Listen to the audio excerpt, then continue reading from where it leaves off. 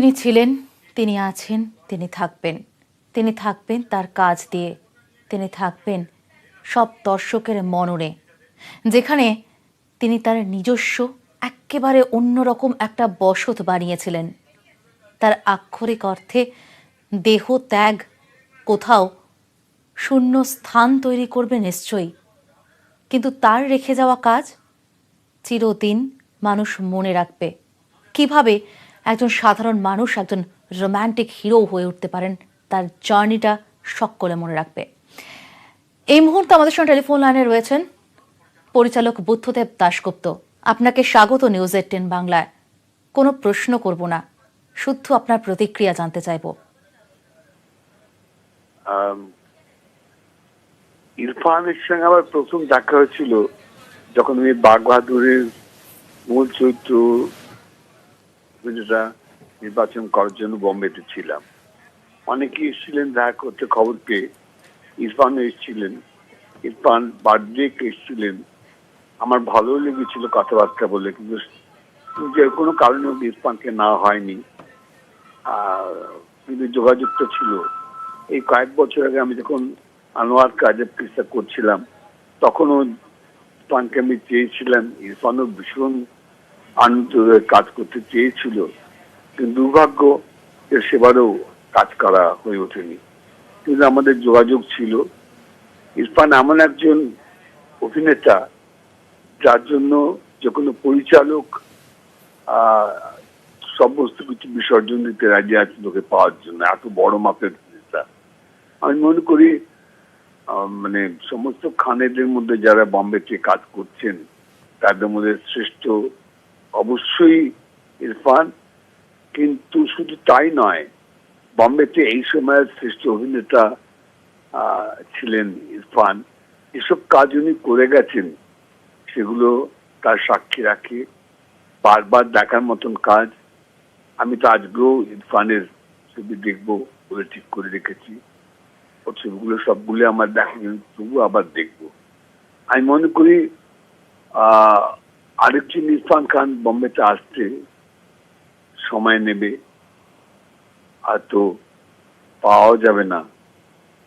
আর আরেকটা কথা, ব্যক্তিগত স্তরে আমি যেটুকু জানি তা হচ্ছে ইরফান অত্যন্ত ভালো মানুষ, খুবই বন্ধুবৎসল মানুষ, খুবই ভদ্র, ভালো এবং আক্ষরিকার্থে অত্যন্ত সাংসারিক। আমি দেখেছি ওর বাড়িতে এসে যখন দেখা হয়েছিল মাদ আইল্যান্ডের বাড়িতে, ও স্ত্রী একসঙ্গে আমরা কথা বলছিলাম। অসম্ভব ভালো। ইরফানও, ইরফানের জীবনে একমাত্র নারী মহিলাই। সিনেমার জগতে এটা সবসময় হয়ে ওঠে তা নয়। ইরফান এটাও প্রমাণ করেছিল যে মানুষ হিসেবেও খাঁটি। ইরফান নেই এটা ভাবতে খুবই কষ্ট হয়েছে। আর সকলে যখন আমি শুনলাম ইরফান আর নেই, কয়েকদিন আগে ওর মা চলে গেছেন, তারপর আজ ইরফানও চলে গেল। এটা ভয়ঙ্কর এবং আমার মতন একজন পরিচালকের পক্ষে একটা বিশেষ ক্ষতির কারণে যে কোনো চরিত্র করতে গেলেই ভাবতে গেলেই অনেক সময় ইরফানের কথা মনে হয়। সেটা কি কোনো কারণে এই জন্য মনে হয় বুদ্ধদেব বাবু যে ইরফান খান যখন চরিত্রগুলোকে ফুটিয়ে তুলতেন তখন যেন কোথাও মনে হতো যে এই তো ইংরেজি মিডিয়ামের যে বাবাকে দেখলাম সে তো আমারই বাবার মতন। এই যে রিয়েলিটির সঙ্গে একটা অদ্ভুত সম্পর্ক তৈরি করে দেওয়া, এটার কারণেই কি মনে হয় যে কোনো চরিত্র বাস্তবধর্মী হলে ইরফান খান? হ্যাঁ, যে কোনো চরিত্র ভেতরে ঢুকে যেতে পারত। ওর ভেতরে ঢুকে, শুনুন, দু ধরনের অভিনেতা হয়। একদল অভিনেতা চেষ্টা করেন, ভীষণ অ্যাটেম্প্ট দেন এবং অভিনয়টা করেন, হয়তো আমরা তখন বলি ভালো করেছেন। কিন্তু ইরফান এই জাতের নয়। ইরফান ভেতর থেকে ব্যাপারটা বেরিয়ে আসতো। ও চরিত্রের ভেতরে ঢুকে দিয়ে চরিত্রের সবটুকু দিয়ে ও কাজ করতো। ফলে যেসব কাজ করেছে কখনোই মনে হয় না যে অভিনয় করছে। কখনোই মনে হয় না অভিনয় করছে। ও অনেক ধরনের ছোটখাটো চরিত্র অভিনয় করেছে, কিন্তু সবগুলোই অসম্ভব ভালো, অসম্ভব ভালো। অনেক ধন্যবাদ বুদ্ধদেব বাবু আমাদের সঙ্গে কথা বলার জন্য। আমি ইরফান খুব বড় ভক্ত। আমি ওনার অভিনয় ভীষণ পছন্দ করি, খুবই সাবলীল লাগে, ইন্সপায়ারিং লাগে। সেই জায়গায় দাঁড়িয়ে যখন আমি পিকু ছবিতে কাজ করতে পারি, সেটা আমার কাছে একটা সৌভাগ্য যে আমি ওনার মতন একজন চরিত্র যিনি স্ক্রিনে আছেন তার সঙ্গে আমি ব্যাকগ্রাউন্ড মিউজিক করছি, গান করছি। এবং কি বলবো, এত ভালো আমার এখন যে অনুভূতিটা হচ্ছে সেটা হচ্ছে বারবার ওই দৃশ্যগুলো যেগুলো আমি প্রায় 40 বার 50 বার দেখেছি ছবিটার ব্যাকগ্রাউন্ড মিউজিক করার সময়, সেগুলো ঘুরে ঘুরে আসছে। ওর কথা বলা, ওর দাঁড়িয়ে থাকা, ওর চেয়ে থাকা, ওর সবকিছুই মানে অদ্ভুত ভাবে আসছে ঘুরে ঘুরে। কারণ এই দিনটা খুবই দুঃখের বিশ্ব সিনেমার কাছে। এটা একটা ভীষণ একজন খুব গুরুত্বপূর্ণ, খুব অসাধারণ একজন অভিনেতাকে আমরা হারালাম আজকে। খানের মৃত্যুতে বলিউডের শোক প্রকাশ। অমিতাভ বচ্চন শোক প্রকাশ করে জানিয়েছেন, এটা অত্যন্ত বেদনাদায়ক। অনবদ্য মেধা, অত্যন্ত ভালো অভিনেতাকে হারালো সিনে দুনিয়া। তাঁর পরিবারকে সমবেদনা জানাই, শ্রদ্ধা জানাই।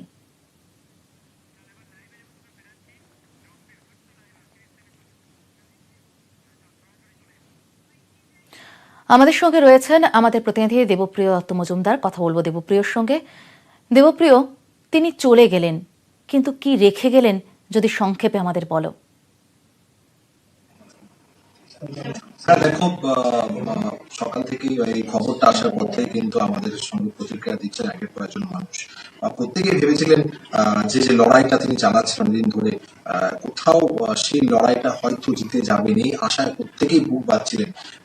যেটা অনুরাগ বসু যেটা বলছিলেন, যেটা আমারও কথা, যে সালাম বোম্বেতে যখন তিনি শুরু করেন আর এখন যে জায়গায় তিনি দাঁড়িয়েছিলেন, যে জায়গায় বিশেষ করে হলিউডে যে জায়গায় তিনি ভারতীয় সিনেমা এবং নিজের পরিচয় যেভাবে পৌঁছে দিয়েছিলেন, তার কিন্তু এখনো অনেক কিছু দেওয়ার ছিল। এবং সিনেমার যে চেঞ্জ সেটা কিন্তু ভীষণভাবে পরিলক্ষিত হয়েছে বেশ কিছু বছর ধরে। এবং একদম একদম দেবপ্রিয়, অর্থাৎ সিনেমার বদলটাও কোথাও তার হাত ধরে। इंग्लिश एक भाषा है, जैसे फ्रेंच, बंगाली, मराठी भाषा है, इंग्लिश भी एक भाषा है, बट ये कुछ भाषा से भी ज़्यादा बन चुका है इंडिया में। हाँ, वो भाषा से अभी से नहीं बना, वो सेंचुरी से बना हुआ है, और वो खाली हमारे लिए नहीं है, पूरी दुनिया के लिए बना हुआ है।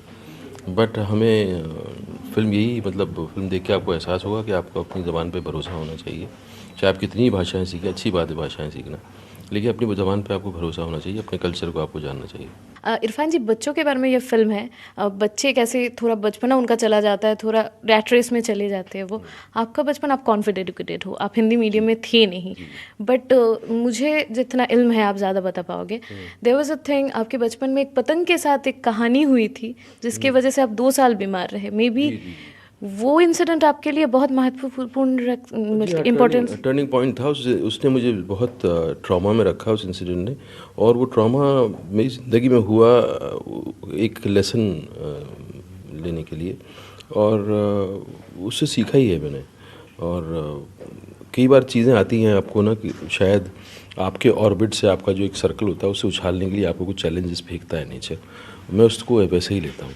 तो जो मेरे साथ हुआ था वो काफ़ी दर्दनाक था बच्चे के लिए, लेकिन वो अच्छा हुआ जो हुआ। अच्छा, वो नहीं होता तो शायद मैं ये नहीं होता। शायद ज़िंदगी में क्राइसिस नहीं हो तो हमें सक्सेस की। हाँ, क्राइसिस आता है आपको, मतलब चीज़ें समझाने के लिए। आप किसी एक जगह में फंसे हुए होते हैं और ज़िंदगी बोल रही होती है कि थोड़ा निकलो इससे बाहर, तो वो चैलेंजेस फेंकती है। वो चैलेंजेस को अगर आप ओवरकम करते हैं, आप उसका दूसरा रूप देख पाते हैं, तो आप दूसरे ऑर्बिट में जाते हैं। ऐसा मेरा मानना है। इरफान जी, मैं आपसे पूछना चाहूँगी, जो सवाल मेरा आपसे भी रहेगा, आपने जो फिल्मों में काम किया, पहली series, then film, then Hollywood, आप अपने आप को ढालते कैसे हो? क्योंकि अलग अलग जगह की रिक्वायरमेंट अलग होती है। हॉलीवुड फिल्म्स में आप जो सोचते हो, शायद जो तैयारी करते हो, इधर की फिल्म्स में नहीं करते हो। How you manage to do it? अलग अलग होती है। यहाँ की फिल्म की तैयारी दूसरी तरह की होती है। ऐसा नहीं है कि यहाँ की फिल्म में तैयारी नहीं होती है, यहाँ भी मतलब बहुत तैयारी होती है। कई बार कुछ रोल्स में तैयारी की ज़रूरत नहीं होती है। वो जिस तरह के लिखे होते हैं वो बहुत आसानी से आ जाता है। मैं थोड़ा कुछ- इंटरप्ट हाँ, करूं? प्लीज, भाट साहब ने शायद आपको बोला था, अरे थोड़ा घटिया एक्टिंग कर, ऐसा कुछ इंसिडेंट था? भट्ट साहब ने मुझे बहुत सिखाया है और भट्ट साहब के साथ मेरा बहुत ही मज़ेदार चैप्टर रहा ज़िंदगी का और मैं चाहता हूँ कि मैं उसको दोबारा रिपीट कर सकूँ। भट्ट साहब को पता है कि ये फिल्म का ऑडियंस कौन है ना, तो वो मुझे एजुकेट करना चाह रहे हैं। हाँ, वो मुझे नहीं, मतलब जो एक फिल्म की ऑडियंस होती है उसके हिसाब से ही चीज़ें होनी चाहिए। और भट्ट साहब से मैंने यही सीखा है, किसी फिल्म में, कई फिल्मों में आपको बहुत डिटेल करने की ज़रूरत नहीं होती है, क्योंकि उस फिल्म के जो स्ट्रोक्स होते हैं वो ब्रॉडर होते हैं, बड़े होते हैं, तो उसमें आप बहुत बारीकियाँ करोगे तो वो कई बार बोझ बन जाता है। तो इसलिए आपको समझ के करना पड़ता है कि किस फिल्म का उसका मिजाज कैसा है, उसका कलर कैसा है, उसका सुर कैसा है, तो उसमें ऐड करना होता है, ना कि आप जो है उस पर अपनी जो है मेहनत और अपना डिटेल वर्क जो है उस पर थोप दें। तो देख के बात करना चाहिए। आप एक साधारण से परिवार से हो जिससे एक्टिंग की कोई इर्द गिर्द नहीं कोई थी, नहीं एंड मैं जितना जानती हूँ, आप बेहतर कह पाओगे, आपको शायद थोड़ी इनसिक्योरिटीज थी, आप नाक में क्लिप लगा के सोते थे बहुत ड्यूरिंग insecurity दिल्ली। थी, बहुत ज़्यादा थी, मतलब आपको अंदाज़ा ही नहीं था कि इस तरह के सूरज शक्ल का आदमी एक्टर बन सकता है, नहीं बन सकता, तो बहुत सारे डाउट्स थे आपको। तो आप बार बार ये भी देखते थे कि यार मेरा चेहरा किसी से मिलता है क्या इस तरह के चेहरे का इंसान कभी आया है पर्दे पे, तो आप ये कैलकुलेट करते रहते थे। किसी का चेहरा, आपका प्रोफाइल अगर मिल गया तो आप बैठ के देखते रहते थे, आपको लगता था हाँ यार आया है, फिर नहीं यार नहीं, मेरा तो ये प्रॉब्लम है, तो मैं कैसे आऊँगा। तो उस बचपने की तरह के डाउट्स होते हैं आपके, यू नो। फिर धीरे धीरे, और हम तो ड्रामा स्कूल में चले गए, तब भी हम नहीं समझ पाए थे कि हम एक्टर बन सकते हैं कि नहीं बन सकते। तो ये डाउट जो है वो रहता है आपके अंदर, और वही मज़ा है कि उस डाउट को एक दिन आप जो है पूरा करते हैं और बोलते हैं कि नहीं भाई साहब मैं तो कर सकता हूँ एक्टिंग। जी, sometimes butterflies are good in the stomach. और शायद आपकी कोई सीरीज देख के तारीफ किया था सुभाष घई ने, और आपको इंतजार था किसी दिन आपको हाँ, ये बिल्कुल। शायद था। सफ़र करके एक सीरीज़ था जो कि नए चैनल में आया था, और मैंने उसके डायरेक्टर ने बोला कि यार सुभाष घई पूछ रहे थे कि ये लड़का कौन है, एंड तब मुझे लगा था कि किसी दिन शायद फ़ोन आ जाएगा, तो यू नो। लेकिन यही है कि मतलब सफ़र होता है ज़िंदगी का, एंड आपको उससे गुजरना होता है, और कैसे आप उसको पॉजिटिवली गुजर सकें, उससे वही बात है। मुझे बहुत रिलेट करती हूँ मैं, और मुझे बड़ा अच्छा लगा था ये पढ़ के। शर्मिला टैगोर ने नेम से देख के कहा था कि your parents are lucky that you are born to this earth. ये अनुभव कैसा था, मतलब ये शर्मिला टैगोर जैसे किसी को बोलना, मतलब आई फेल्ट इट, आपके लिए क्या था? देखिए क्या होता है ना, कुछ कुछ कहानियाँ ऐसी होती हैं जो मनोरंजन के ऊपर होती हैं, जो एक्सपीरियंस एक ऐसा देती हैं जो नायाब एक्सपीरियंस होता है। और नेम से एक हो गई, वॉरियर हो गई, कुछ फिल्में ऐसी की हैं मैंने जो लोगों के लिए बहुत ओवरवेलमिंग एक्सपीरियंस था। वो फिल्म से कहीं ज़्यादा गहरा चला जाता है, और उसमें माँ बाप का और बच्चों का जो इक्वेशन है फिल्म के अंदर, उसने इसी तरह से लोगों को छुआ था कि मतलब वो और किसी चीज़ ने इस तरह से नहीं छुआ हो जितना वो माँ बाप को और बच्चों को क्लोज लेके आती है वो फिल्म।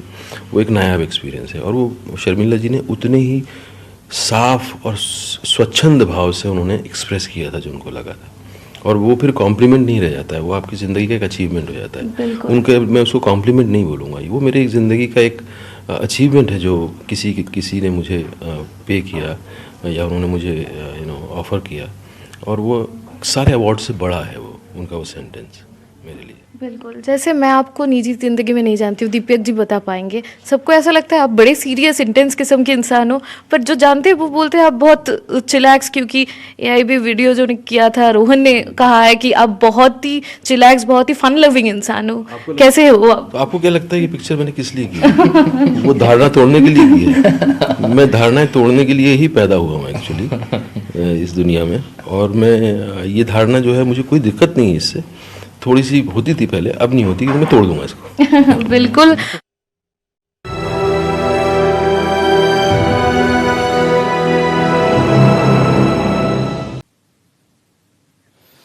মাত্র ৫৪ বছর বয়স, বলিউডের এখন প্রশ্ন একটাই, এত তাড়াতাড়ি সত্যিই কি সময় হয়েছিল চলে যাওয়ার?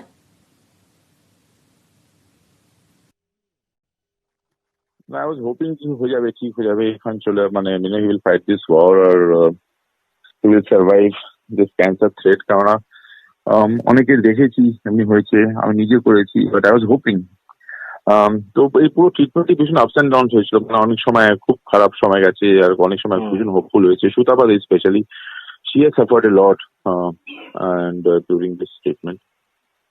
It's really sad. ইরফান যা নিজের জন্য একটা স্পেস তৈরি করেছে এখানে, ওই স্পেসটাতে কেউ নিতে পারবে না. ইট ওয়াজ এ ইউনিক স্পেস. ওর মতন অ্যাক্টর হয়েছে না হবে.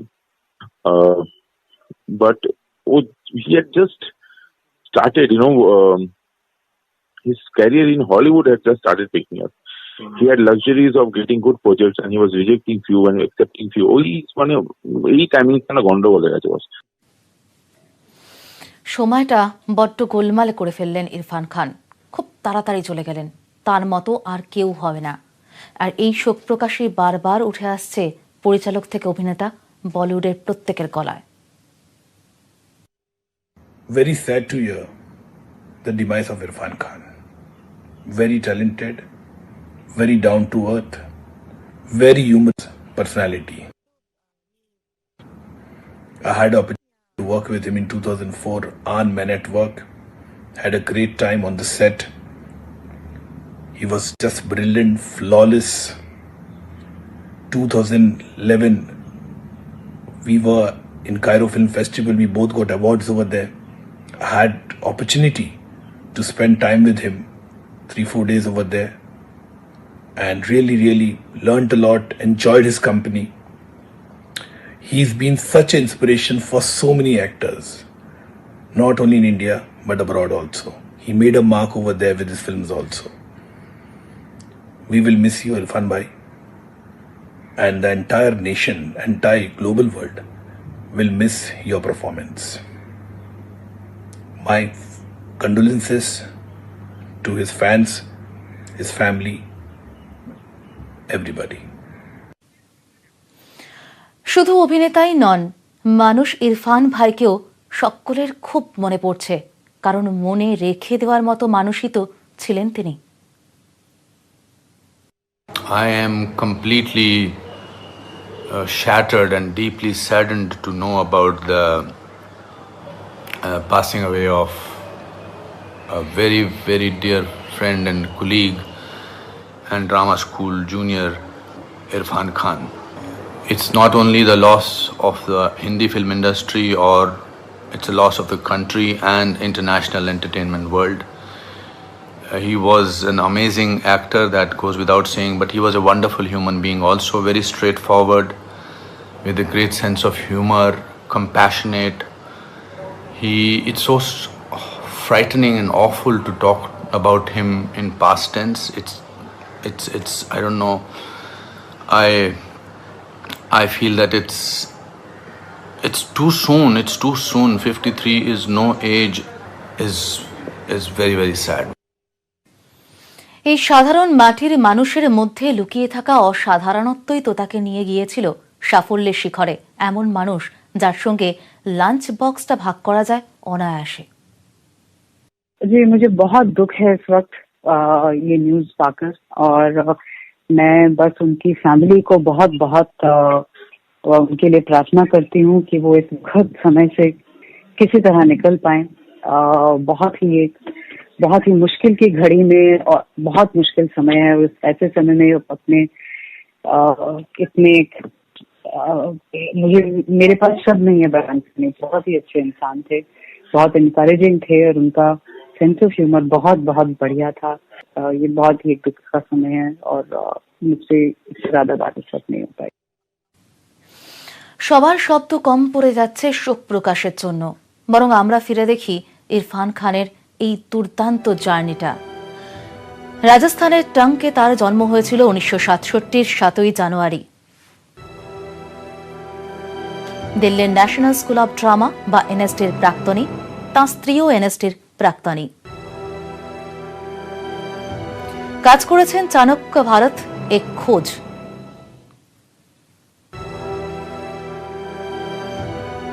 চন্দ্রকান্তা, শ্রীকান্ত সহ সব ধারাবাহিকেই তিনি দুর্দান্ত ছিলেন। বলিউডে ইরফানের ডেবিউ 1988 সালে সালাম বম্বে ফিল্ম দিয়ে। প্রথম হিন্দি সিনেমা, প্রথম পা ফেলা এই সালাম বম্বের হাত ধরে। অস্কারের জন্য মনোনীতও হয় সালাম বম্বে।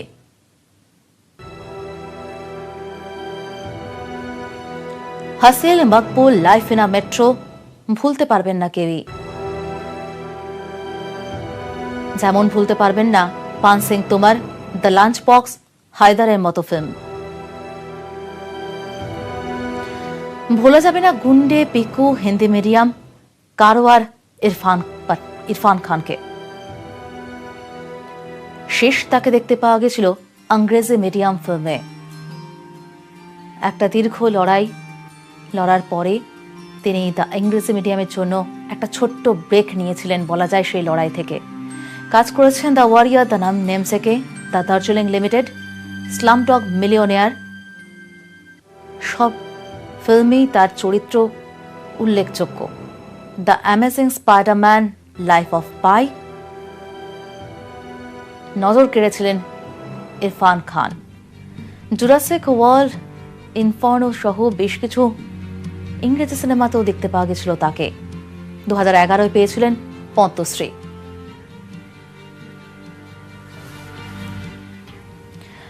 মর্মান্তিক এই ঘটনায় সকলেই তাদের শোক প্রকাশ করছেন। মনীষা করেলা বললেন, তার প্রতিভা আর কাজ আমাদের হৃদয়ে ছুঁয়ে যায়। টুইটে মনীষা করেলা লেখেন, কাজের মাধ্যমে তিনি বেঁচে থাকবেন, তার আত্মার শান্তি কামনা করি।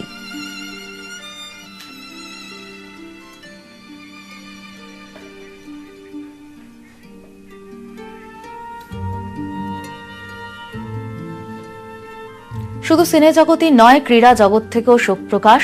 তার কাজ আমাদের হৃদয় ছুঁয়ে যায়, কাজের মাধ্যমে তিনি বেঁচে থাকবেন, তার আত্মার শান্তি কামনা করি বলে টুইট বিরাট কোহলির। সোনাম কাপুর টুইট করেছেন, ইরফান স্যার, আপনার আত্মার শান্তি কামনা করি। আপনি জানেন না আমার জীবনে আপনার অবদানটা কি।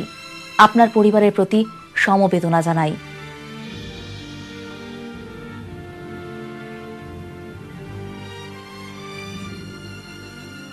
প্রিয়াঙ্কা চোপড়ার টুইট, ইরফান খানের মৃত্যু মর্মান্তিক।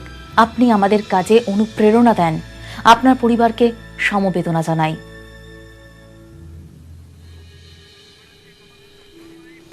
শোক প্রকাশ করেছেন কামাল হাসান। ইরফান খানের মৃত্যু মর্মান্তিক। খুব তাড়াতাড়ি চলে গেলেন তিনি। তার কাজ সবসময় আকৃষ্ট করত। আমি যতটুকু জানি তিনি সেরা একজন অভিনেতা ছিলেন। তার আরও কাজ দেওয়ার বাকি ছিল। এই সময় তার পরিবারের প্রতি সমবেদনা জানাই।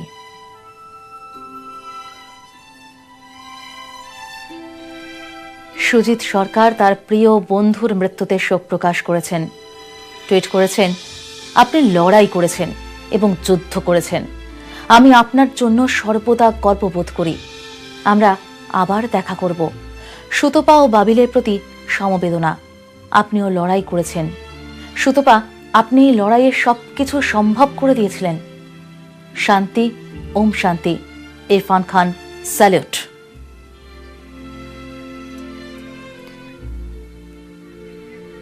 শান্তনু মৈত্রর টুইট, আমরা আপনার অভাব সব সময় অনুভব করব গুগল। কি অসাধারণ লড়াই, কি যোদ্ধা ছিলেন আপনি। আপনার আত্মার শান্তি কামনা করি।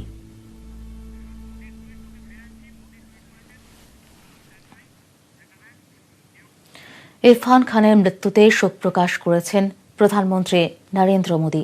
তিনি টুইট করেন, ইরফান খানের মৃত্যু সিনে দুনিয়ায় অপূরণীয় ক্ষতি। কাজের মাধ্যমে তিনি চিরকাল আমাদের হৃদয়ে থাকবেন। পরিবারকে সমবেদনা জানাই।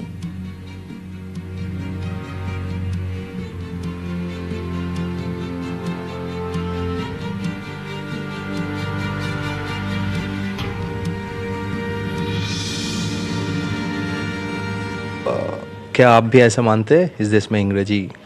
क्योंकि हम कॉलोनाइज रहे हैं इतने सालों तक, और कहीं ना कहीं इंटरनेशनल लैंग्वेज है इंग्लिश, तो उसके प्रॉस्पेक्ट्स भी ज़्यादा हैं। और वो ठीक है, मतलब अंग्रेज़ी आपको सीखना चाहिए, बट आपको अपनी भाषा से जो है उसमें हीन भावना नहीं होना चाहिए। तो ये जो हिंदी मीडियम जो फिल्म है, आपने इससे पहले जो फिल्म किया, जो भी आप इशू बेस्ड फिल्म करते हैं, पर ये फिल्म इशू बेस्ड है, उसके साथ वाइडर ऑडियंस को भी रीच करेगा, तो मतलब चॉइसेस। हाँ, ये एक्चुअली कॉन्शियस डिसीजन था कि इस सब्जेक्ट को कॉमेडी की तरह ही ट्रीट करना चाहिए। एंड ये सब्जेक्ट कभी भी बहुत प्रीची हो सकता है, बहुत बोरिंग हो सकता है। तो स्क्रिप्ट जिस तरह से लिखी गई थी इसीलिए मेरा इंटरेस्ट आया इसके अंदर कि एक इम्पॉर्टेंट इशू है बट उसको बहुत एंटरटेनिंग तरीके से बताया गया है। तो आप क्या मानते हैं, आप खुद राजस्थान में पर अपने पढ़ाई के आपको भी भेजा गया था इंग्लिश मीडियम स्कूल में? भेजा गया था, हमें भेजा गया था और हम 1-2 साल पढ़े थे हिंदी मीडियम में, फिर हमारी मदर ने हमको भेज दिया था। तो हमें उस तरह का मतलब लेकिन आप इंग्लिश मीडियम में पढ़ते हुए भी आप रहते तो देसी हैं, तो घर का जैसा आपका माहौल होता है वैसे आप एक्चुअली ज़्यादा अडॉप्ट करते हैं। सही में। तो ये जो एजुकेशनल सिस्टम को बारे में अभी जो हाल जैसे सरकारी स्कूलों का जो है अभी बहुत बोला जाता है कि अभी हाल बहुत ख़राब हो चुका है, तो अब क्या मानना है जो पूरा एजुकेशनल सिस्टम है ये इंडिया? एक्चुअली बहुत बड़ा रीज़न है वाई लोकल लैंग्वेज को वो शिक्षा में नहीं आ पाता है। उसका यही वजह है कि क्योंकि गवर्नमेंट की स्कूल्स की हालत बहुत ख़राब है। If you have good government schools तो पेरेंट्स को भी कॉन्फिडेंस आएगा इन, अगर उसकी रेपुटेशन है स्कूल की, अगर वहाँ से बच्चे अच्छे निकल रहे हैं तो बहुत सारे पेरेंट्स होंगे जो डालना चाहेंगे। तो और आप पेरेंट्स हो गए, आपका क्या सोच है, मतलब कैसे, मतलब एजुकेशन, मैं ये नहीं पूछ रहा हूँ कि इंग्लिश और हिंदी, कैसे आप सोच रहे हैं आपके किड्स के बारे में, क्या कैसे माहौल में पढ़ना? मतलब मुझे लगता है कि बच्चे की पर्सनैलिटी एक्सप्लोर होना चाहिए, उसके इंटरेस्ट एक्सप्लोर होना चाहिए कि उस बच्चे का इंटरेस्ट कहाँ है और उसका एक्सपोजिशन होना चाहिए बहुत सारे अलग अलग सब्जेक्ट्स से, ताकि वो चूज़ कर सके। अभी जो एजुकेशन होता है वो ज़्यादातर इसलिए होता है कि आप बड़े होकर कहाँ आपको नौकरी मिलेगी, आप क्या करोगे, दैट इज़ वो इंटेंशन जो है अपने आप में it doesn't nurture the personality. तो ये जो किरदार था तो कितना मतलब डिफ़िकल्ट या चैलेंजिंग क्या मालूम है, मतलब क्योंकि जानबूझ के ऐसा, जैसे आपका जो किरदार है मतलब आपको अंग्रेज़ी नहीं आती है, ये कितना था मतलब मुझे तो मतलब कॉमेडी था इसलिए बहुत अट्रैक्टिव था और उसमें कोई चैलेंज उस तरह का नहीं था, एक्सेप्ट ये कि आपको दिल्ली का जो चांदनी चौक का एरिया है उसका एक फ्लेवर देना है लोगों को, और वो बहुत ही मज़ेदार है। वो तो उसमें ऐसा कुछ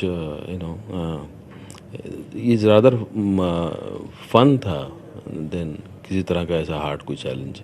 ये तो एकदम रियलिटी बेस्ड है, पर अभी सेंसर ने कहा है कि ये वर्ड ऑफ फिक्शन ये देना चाहिए, मतलब तो आप क्या मतलब सेंसर अभी मतलब एग्जैक्टली पता नहीं, मतलब वो ये it's an work of fiction ऐसा कुछ, मतलब फिल्म शुरू होने से पहले, क्योंकि it's based on reality stories, हम सबको पता है, फिर भी ये देना पड़ेगा किड्स, क्योंकि उन लोगों ने कहा कि ये नहीं तो एजुकेशन के ऊपर सवाल उठाया जाएगा। पर आपको क्या लगता है, मतलब ये हर चीज़ में सेंसर, मतलब आई हैव नो आइडिया उन्होंने क्या कहा है, बट अगर कोई रियलिटी पे बेस्ड है तो आप उसको बोल सकते हैं कि रियलिटी पे बेस्ड है, मतलब उसको फिक्शन नहीं कहना चाहिए। फिक्शन जो रियलिटी पे बेस्ड है तो आप यही तो कह रहे हो बेस्ड है उसके ऊपर, आप ये थोड़ी बोल रहे हो कि एग्जैक्टली यही रियलिटी है या था। रियलिटी बेस्ड है अगर ये कह रहे हो आप, तो उसमें ऑलरेडी उसके अंदर इट्स अंडरस्टूड कि ये बिल्कुल रियलिटी नहीं है। तो साबा कमर के साथ कैसा था ऑब्वियसली, तो आप तो ट्रेलर से देख सकते हैं कि वो कैसा रहा होगा। साबा कमर बहुत ही पंजीवी कलाकार है पाकिस्तान की, और कॉमेडी था तो उनमें है सेंस ऑफ ह्यूमर बहुत, तो मज़ा आया बहुत। और ये जो बैन के वजह से वो प्रमोट नहीं कर पा रहे, आ नहीं पा रही, इसके बारे में आपका क्या कहना, क्योंकि आप हर चीज़ मतलब आप बैन किस चीज़ को है, मतलब मुझे पता नहीं बैन है क्या, आप बताइए। मतलब जैसे वो लोग आते नहीं है ऐसे ऐसा कोई लीगली तो बैन कुछ नहीं लगा, लीगली कोई बैन नहीं है। हाँ, तो फिर उसके बारे में कैसे डिस्कस करें, लीगल है नहीं, लीगल हो तो आप बात कर सकते हैं कि हाँ लीगल हो गया है तो अभी नहीं बुलाना चाहिए, तो अभी तो लीगल है ये, तो शायद अप्लाई किया होगा वीज़े का, मुझे एग्जैक्टली पता नहीं है। अच्छा, हिंदी मीडियम के साथ पीकू का 2 साल पूरा हुआ अभी, तो कैसा था अच्छा जर्नी? पीकू मेरे लिए तो 2 साल 1 साल में मैं गिन नहीं सकता, पीकू तो पीकू थी, और वो तो स्पेशल फिल्म थी, और बहुत स्पेशल फिल्म थी, और यहाँ शूट करना मुझे ऐसा टाइम, इतना खुश टाइम मैंने बहुत कम गुजारा है सेट्स पे। डूब भी आने वाला है जो वो बांग्ला के लिए थोड़ा स्पेशल है ऑब्वियसली, मेरे लिए स्पेशल है वो, उसमें मैं वाकई आप अगर पूछेंगे चैलेंजिंग था तो मेरे लिए बहुत चैलेंजिंग था कि वो लैंग्वेज, बांग्लादेशी लैंग्वेज, एंड उसको ठीक से बोलना, क्योंकि बंगाली भाई सब नाराज़ हो जाएंगे, भाई बहन सब। अगर ठीक नहीं बोला तो, और वो थोड़ा सा चैलेंजिंग था। और एक चीज़ सेलिब्रिटी के बारे में हर चीज़ ये कहा जाता है हर बार कि किसी बारे में अगर आप स्टैंड लेते हैं तो भी क्रिटिसाइज़ होते हैं, अगर स्टैंड नहीं लेते फिर भी क्रिटिसाइज़ होते हैं, पर आप लेते हैं, जैसे कुर्बानी हो या अजान हो, तो आप कैसे आप how do take all this things? ये आपको डिपेंड करता है कि अगर आपको मतलब कितनी ज़रूरी लग रही है बात और आपके पास प्लेटफॉर्म है अगर बोलने का, और प्लेटफॉर्म नहीं है तो फिर कैसे बोलोगे आप? अगर खाली मीडिया के सामने बात करना तो उस बात का कैसे वो किस कॉन्टेक्स्ट में चली जाएगी उसका कोई भरोसा नहीं।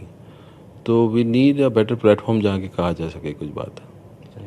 तो वो भी हिंदी मीडियम सामने आने वाला है, तो अब जैसे बहुत सारे फिल्म करते हैं हर बार हर तरह के करते हैं, तो how do you see this film as the film? और अभी जो दौरा चल रहा है, you will say this is mainstream, जैसे आप हमेशा कहते हैं कि आपको अभी भी समझ नहीं आता है मेन स्ट्रीम फिल्म क्या होता है यार। ये तो मेन स्ट्रीम तो बदल रहा है, मेन स्ट्रीम तो अब ऐसा रहा नहीं, उसकी एक डेफिनेशन हो भी नहीं सकती, वो तो टाइम टू टाइम बदलता रहता है उसका, हाँ, क्योंकि ऑडियंस बदलती रहती है। तो ये एक नया हर तरह की फिल्में अटेम्प्ट हो रही हैं और रीडिफाइन होगा मेन स्ट्रीम भी। लास्ट क्वेश्चन, अभी और कोई हॉलीवुड प्रोजेक्ट भी आने वाला है एक नया? हाँ, अभी वो शूट